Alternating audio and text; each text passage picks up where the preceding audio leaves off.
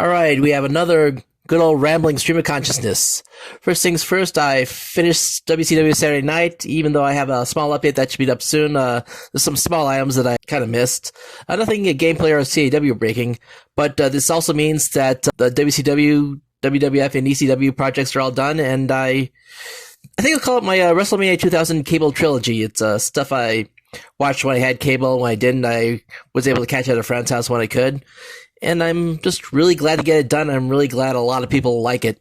I did have an ulterior motive for the cable trilogy, which was I wanted to create an archive of ready-to-use graphics and resources for a VPW studio for others to use. Take a look at a project like KVG 1980X's and Game Genie 720's Superstar Showdown. They were able to use a lot of my graphics, and I'm really glad how their project came out, and they were able to get their vision out as a playable game. That said, I'm going to move on, and that means it's back to work on my good old Project Outsider. Next update, I'm going to be using a Retro Randy's No Mercy Plus Open Beta version 3 as the base. It's mostly a port. We're going to have some new things in it too. I want to try to learn how to add midis in there and get some of those WCW versus the World, WCW Revenge, and most importantly, more characters. Some I kind of hinted at by the inclusion of their parts in the CAW mode. There were some characters in the original texture-based release of Project Outsider where I was able to have characters like King, Batman, and Akuma, which I didn't add in the second time because I had trouble with getting like the cowls and the ears of their character models in. But working on these recent projects taught me a lot about polygon hacking and just messing with that stuff, so I think we can get even better looking cows in this thing. I've heard that Sting is going to be recruiting more members of WCW Special Forces, take down that nasty, no good, rotten New World Order. I already have the Wall in there, so I may as well add Alex Wright in there for the time they joined Rammstein and renamed himself Berlin. For the celebrity deathmatch characters, there's going to be a lot of more wrestling movie stars. And we might even get a certain posse of insane clowns in this game. After that, I have some ideas. I don't know when I'll be able to get to them. I might be working on some of them concurrently with a new Project Outsider, but I had a lot of ideas that can kind of been stuck in my head for the last couple of years. One would be WrestleMania V, and this would be based around that era, and that's actually the time I first started watching wrestling, and I've been noticing there's been a lot of requests for a Golden Age mod. Another one that kind of popped in the back of my head, I don't know how I'd be able to do this, but it'd be really fun to figure it out, is WCW The Big Bang. It would be what if WWF never bought WCW in 2001, and they had a planned relaunch that went off.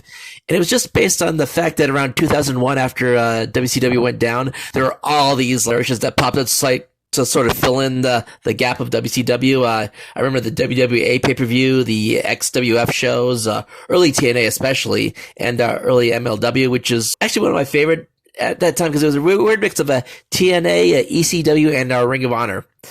And a lot of them went with their own different directions with the WCW branded show. And honestly, a roster like that just would be really fun to figure out. This next idea might be kind of a weird one, but there's this mobile game called 80s Mania Wrestling, which is a small booking simulator, but has a lot of XP wrestlers, kind of like a really weird version of Fire Pro. And it had most of them are like wrestlers and pop culture references, which creates a weird lore because when they updated for a lot of the characters for the 90s, they kind of give them like a different gimmick, pop culture gimmicks, but not all of them were the same. For example, they had a character based on Shredder, but the 90s version is based on the Great Muta. There's an 80s character based on Little Mac from Punch-Out, but the 90s version's based on Ryu. And one of my favorites is there's an 80s wrestler based on David from The Lost Boys, but in the 90s he's a Hannibal Lecter. And I like how they also have a lot of weird mashups. They had like a characters based on the Nasty Boys, but they kind of mashed them up with Rocksteady and Bebop. And I don't know if too many people would go for this type of mod, but honestly, I think it'd be one of the most fun for me to make. Back to the days when I used to go to creative mode in the old wrestling games, and I just try to make as many wrestlers from like basically video games and fighting games as I could. Kind of want to finish us up with some shoutouts. Mostly these are from people or podcasts I've listened to in the background while working on these games. The Critical Podcast by Mongo and Lagabusa is a really awesome listen if you want to look into the history of Japanese video games, American video games. If you're into action figures, they got a lot of detail on the news on that. They've also had some really awesome interviews with a lot of the creators, people like Freem, SK Styles, Rev. And they go into detail on their projects, on like the history of the modding scene. I just found it just the history of the the modding scene is just really fun to listen to. Another one is Bino Mac. He's been really supporting my projects a lot. He's currently doing a playthrough of a ECW House Party mixtape with Rob Van Dam, and he's just going through it. He's has a nice little stream of consciousness going on. He's had some cool conversations in the comments about ECW, what ECW to look for, what was good about ECW back in the day, who would be their Mount Rushmore of ECW stars. And it's just really, I'm glad to see someone enjoying my game like that. Last one, Not That Tom Green.